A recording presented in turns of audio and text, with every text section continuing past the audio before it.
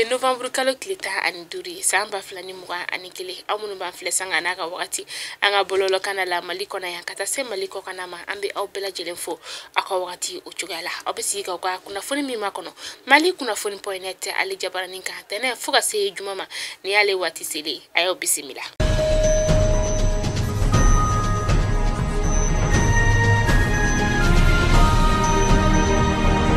Na fundamnela amta baflabeka ulu feno kaba kulibali na le chibetijo sambi ulonvla ani kelena ale konkera kumbaya kauka dugutigi kumbaya alebe tomura alebe baflabe o laminina akoni sigira November kalo kleta ani kelen temenina ni dugutigi kura nyere aye aka dugutigi na taka blafem kono ode ben ani kelenya akla tukuni ka laidu taka fo ko jonya wale mini abe uga dugu konnala kabena wale asugu bela jirenke wala sa oko dambe seka sigi ala tukamina aka sigili yere konnala ma bachama ulu tumbe no katase deuma katase dugu marabakaw oni dineti u meru prefeu ona nyogona chama ulu betumbi kenai o konnala. Amita masina yira la ka fo ko maloko ni ale songo yelelenu kosobe masina ka ulu feno kalno ya soro nyina sangon konna la malo o seneta nyana kosobe ulu feno ka keni la kana balia yere ye uga dugu o konna la malo yere kilo tumbe fili sefa wari biduru kata sefa wari biduru ani duruma ngani wakati na ka kilo be ka fili sefa wari biolonvla ani duru kata sefa wari biolonvla ani shegima.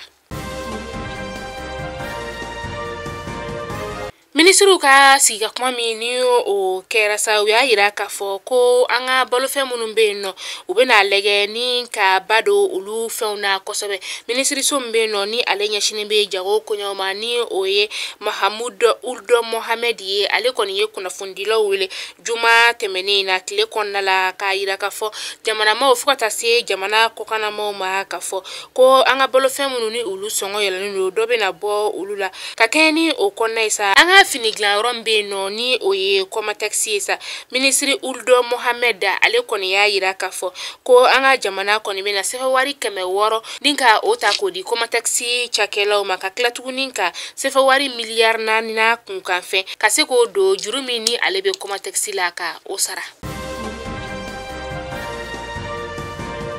Sirambe no ni alebita banjangara bankasi oni anyogona chama sa irala ka foko la kana balia kon be ka yakuba ya dongodo kataka fe ka sawbe ke bingani wale betaka mau segera unu u bolomina franyo nganje kulumbe no no egina dogo ya alukoni ye wole weleda ninka obla anga jamana marabaga ma o kasika wala sugu bela jilenke wala sa kasika mau ni kisi anu u bolomina.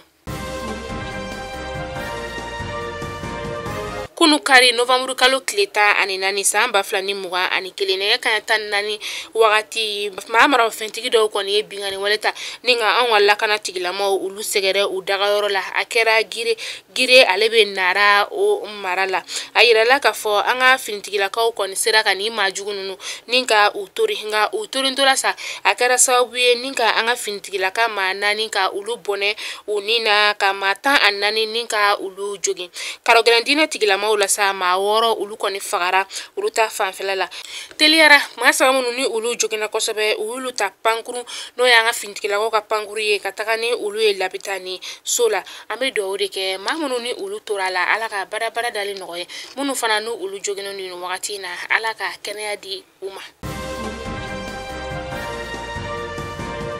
Amita ko kan kibaru la kanga kuna funda tuguni oye ama kunda Burkina Faso ka uka jamana kolona uka ma muga bonyango uluko ni fagara ma muga nasa mata ani konoton oye uka finitigila ka oye ma gansa kelen kumbe ala ni ngoni kuna fune ni koni yira la ka fo ko ni bingani walen taraka uka finitigila ka ulu segere akera ufana dagaro la no ye sumu alebe uka jamana o koronya fanfe akera kunu kari November kalo kleta ani nani ni mama na fentigu nu yere ko ni bingani wale ta ku segere sogomada jona o wakati la uya ira ka fo ku kabini bingani wale kon damne na uka jamana o konnala ni ashin fola uka fintigila ka mata ani konoton uka bone anina o yoro ko fole bela. Mali kunnafoni jabarani lajɛbaw kunnafoni damadɔ tun bi an bolo kɔrɔ bi ni k'a da aw kelenkelen bɛɛ lajɛlen kulo kan o de tun ye ne hakili la aw ye faamuyali sɔrɔ an ka bi kunnafoniw na n'ala man ka jɔnya jɔna an bɛ ɲɔgɔn sɔrɔ sini inshallah kunnafoni kuraw olu kɛnɛ kan aw minnu b'an filɛ sanga n'a ka wagati an ka jamana kɔkan la n'o ye an ka tungarankew ye an bɛ aw fo danti foli min na a ye continuer aw ka an ka video aimer ni ka a partager aw k'an bɛn diɲɛ waati wɛrɛ